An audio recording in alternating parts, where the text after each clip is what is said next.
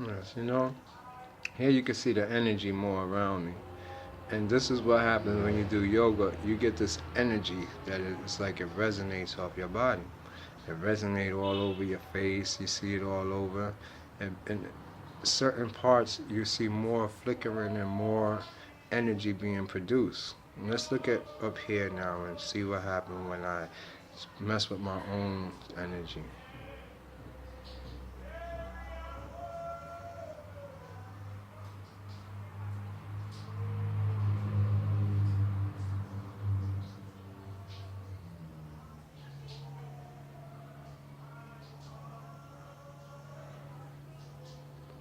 Well, that's how it starts. It's like you open up portals. These portals is to other dimensions or Darth Gate. This right here, if you look through here, it's actually a projection.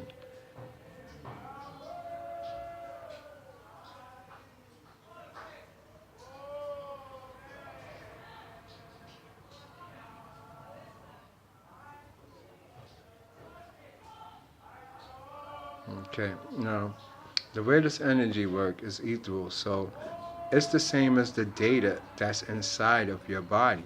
This ethereal energy flow all through you, and it's actually the colors that you see, the patterns, everything that you see in your reality is actually the data that's stored in this information that is all around you. And you actually pick it up through your consciousness, with your consciousness being little subatomic particles, like say when somebody punch you in your face and you see stars, them little white things. That's your consciousness. Y'all exchange bodies back and forth all day. It's also the dead. Each one of those little stars that you see, like, from there, is equivalent to a whole world, a dimension, a universe. It's actually beings, but we don't know anything about them, how they work.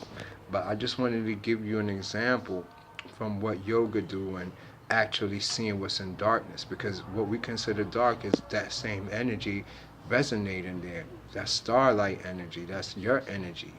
They call it the dark body or whatever the case may be. So once you get familiar with the energy, you will understand how, it works, what you're looking for, especially if you're working on yourself and trying to get your ethereal energy up, your willpower. What manifests is that frequency, that resonating, oscillating frequency that I tell you about. So the basics of it is, your soul is tied up in your anus, so it's not actually a part of your body. What's inside you is not touching matter itself. So you have to release it. And so you go through a whole system with the chakras, the 7 chakras, where your root chakra is actually your awakening to your I am, your ego, yourself. Leaving the world of, being taught as the schoolmaster by your parents and school and education and the government, to ponder upon life, to see what is purpose, what it's all about. And so when you do that, it takes on a different frequency of yourself. And the true you come. The true you is actually a God, a being. It's not a state of. It's not something that can be contained into definition. And usually when we do that, it's like we're trying more to fit in than to be in being.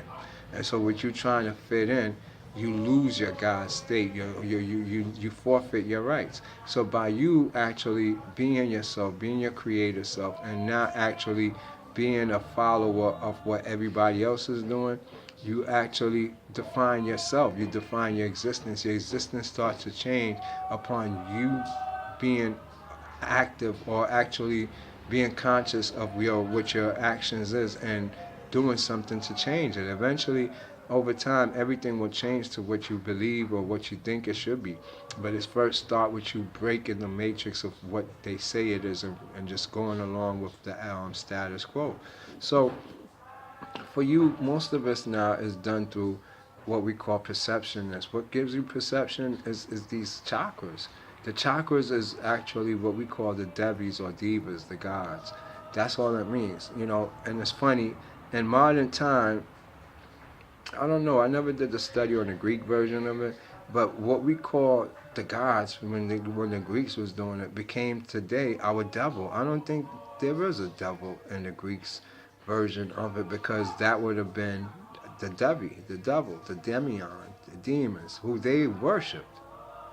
You understand? They didn't see it like how we got it today in our confusion of who you are. They saw it as a system from God to the angelic to the Devis, then to the demons, then to elemental spirits, then to humans. And that was the order of hierarchy of who had power over who. Being that we had the lowest of the power because we're a mixture of all of them, we do have supreme power over them if you're conscious that you're God. But as long as you think you're, what the government tell you or what your parents tell you, you're not awake. So they don't have to listen to you, or you're not under their control. So all of this play a very important part because the Devis, which we call devil in our world, is the gods. Devi mean gods in Sanskrit. And so those gods unlock your chakras. Horus, Set. They all set to actually do something to you at an evolutionary period in your life, at the point when you abstain from sex and that energy build up for you to want to have sex and you don't push it.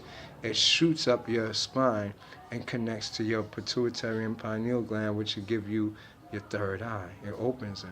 How you know your third eye is open? You see like this resonating energy that you see on minds. You'll see it opening. You see images start projecting because they're cells. These cells is alive. And these cells actually have a story. They're the subconscious thoughts of yourself. It's the subconscious thought of the Akashic records of Nibiru. So you become now the Sumerian again, or what we call the Anunnaki. Sumerians is real. Anunnaki information is mystical, it's magical. There is no Egyptian information. They're not going to show you that. No way, no way. So what they give you is fake Egyptology information and tell you is translated demonic writing, but you can't do it because Egypt was displaced before that already, and their language was displaced, their culture, everything was displaced, and the people who was ruling Egypt, such as the Hyksos, was not the Egyptians. Those was a mixed mulatto breed put in place like every country. Every country is mixed. Americans, black, so-called African Americans is not a pure race. It's a mixed race. The white people is not stupid. They did not put you here in America pure. They had sex with you and put the mixed ones here. Killed off the pure ones. The pure ones wouldn't even agree to it because they're kings. They have pride. They wouldn't have done it. So everybody on the earth that is melanated today, on the whole earth, is a mixed breed. There's not too many people that's going to accept that truth. So you have duality within yourself that you have to face. And they did this on purpose. You understand? The Kundalini energy, the true one, was too strong. It's too dominating. This is your wise men stories, all the stories of like Jesus. Everybody was like that. The alchemical people of the medieval time tried to bring it back and they smashed them too. They're not letting it come. You can't know these things. Superheroes is real. Powers is real. Magic is everything. The world is built off of magic. And once you learn this, you'll understand what's truly going on. But until then, they're going to always have some type of deception to fool you. And you have to awaken to that. Your desires and your pleasures fuel the deceptions. It's the one that make the deception true. It's the Wizard of Oz. You'll never see them. They're not coming down here. They're not coming to you because they're tricking you. It's you to buy into it that makes it work. They don't care if you buy it or not. Some fool's going to buy it.